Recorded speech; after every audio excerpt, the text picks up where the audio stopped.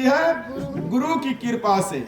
इसी साखी को पुनः सुना दिया कि जहां पवन का गवन नहीं, रवि शशि उगे न भान, जो फल ब्रह्मा रचे नहीं, अबला मांगे दान। गुरु से तुम एकांत में एक मंत्र सीख लेना। गुरु की कृपा जब हो जाएगी तो मंत्र सिखा देंगे जिससे तुम्हारा कल्याण हो जाएगा। लेकिन ध्यान रखना, गुरुदेव एकांत में वह मंत्र सिखाते हैं। गुरुदेव एकांत में वह मंत्र सिखाते हैं, ध्यान रखना। तो कहा कि गुरु को तुम सेवा करना, और जब गुरु जी प्रसन्न हो जाएंगे, एकांत में रहोगे, तो गुरु महाराज से पूछना कि हमारा कल्याण कैसे होगा, वह गोपनीय मंत्र हमको सिखा दीजिए। एकांत जब होते थे गुरु शिष्य, तो गुरु जी से प्रश्न पूछता था कि हे गुरुदेव, इस भव रूपी संसार सागर से पार होने के लिए कोई यदि मंत्र हो तो आप हमें सिखाइए। गुरु जी कहा कि अभी तुम्हारी अवस्था छोटी है, तुम अज्ञान अवस्था में हो। जब तुम लेने लायक हो जाओगे तब तुमको कहना नहीं पड़ेगा, हम स्वयं समझ जाएंगे कि अब तुम इस गोपनीय बात को सीखने लायक हो गए। कुछ महीना जब बीत गया तो ग्रामीणों ने पूछा कि हे राम टहलदास, गुरुदेव तुमको सार मंत्र सिखाया? कहा कि नहीं सिखाया तो नहीं। कहा कि सुनो, गुरु जी अब वृद्ध हो चुके हैं, उससे कह देना कि हे गुरुदेव, यह जीवन क्षण भंगुर है, यह जीवन नासमान है, पता नहीं इस संसार से कौन कब चला जाएगा। इस बात को दुनिया नहीं जानती, ना हम जानते हैं, इसलिए सार मंत्र आप हमको सिखा दीजिए। कहा कि ठीक है। ये बालक के तरफ से दान है, बहुत बहुत धन्यवाद, साधुवाद, खूब आनंद रहिए। श्रोताओं, फिर गुरु महाराज को सेवा करने लगा और कहा कि हे गुरुदेव, हमको सार मंत्र सिखा दीजिए। गुरु जी फिर कहा कि अब कुछ दिनों के बाद मैं सिखा दूंगा, अभी तुम लेने लायक नहीं हो।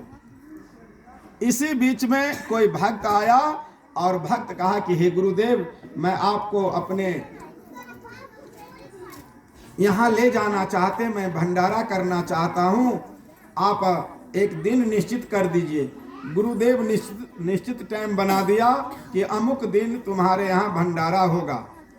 तब तक काशी से पढ़ करके वो कुशाग्र बुद्धि का शिष्य भी आ गया। समय आ गया, समय जब आ गया उस भंडारा का, तो नए सरकार को चादर विधि दे दिया और कहा राम टहलदास से, सुनो, अब तो मैं वृद्ध हो चुका हूँ, अब हमारी चौथी अवस्था आ गई है, सारा अंग अब शिथिल होने वाला है। नए सरकार जो आए हैं उसको गुरु गादी पर जिसको हमने आसीन कर दिया है उसको गुरु मानोगे ना? तो हाँ सरकार, जैसे हमको सेवा करता था वैसे सेवा करोगे ना? तो हाँ सरकार। उसका आसन सिर पर ढो करके भक्त के यहाँ जाओगे ना? तो हाँ सरकार। जैसे हमको सेवा करता था वैसे सेवा करो ना? तो हाँ सरकार। उसको गुरु भाई तो नहीं समझोगे? तो नहीं सरकार।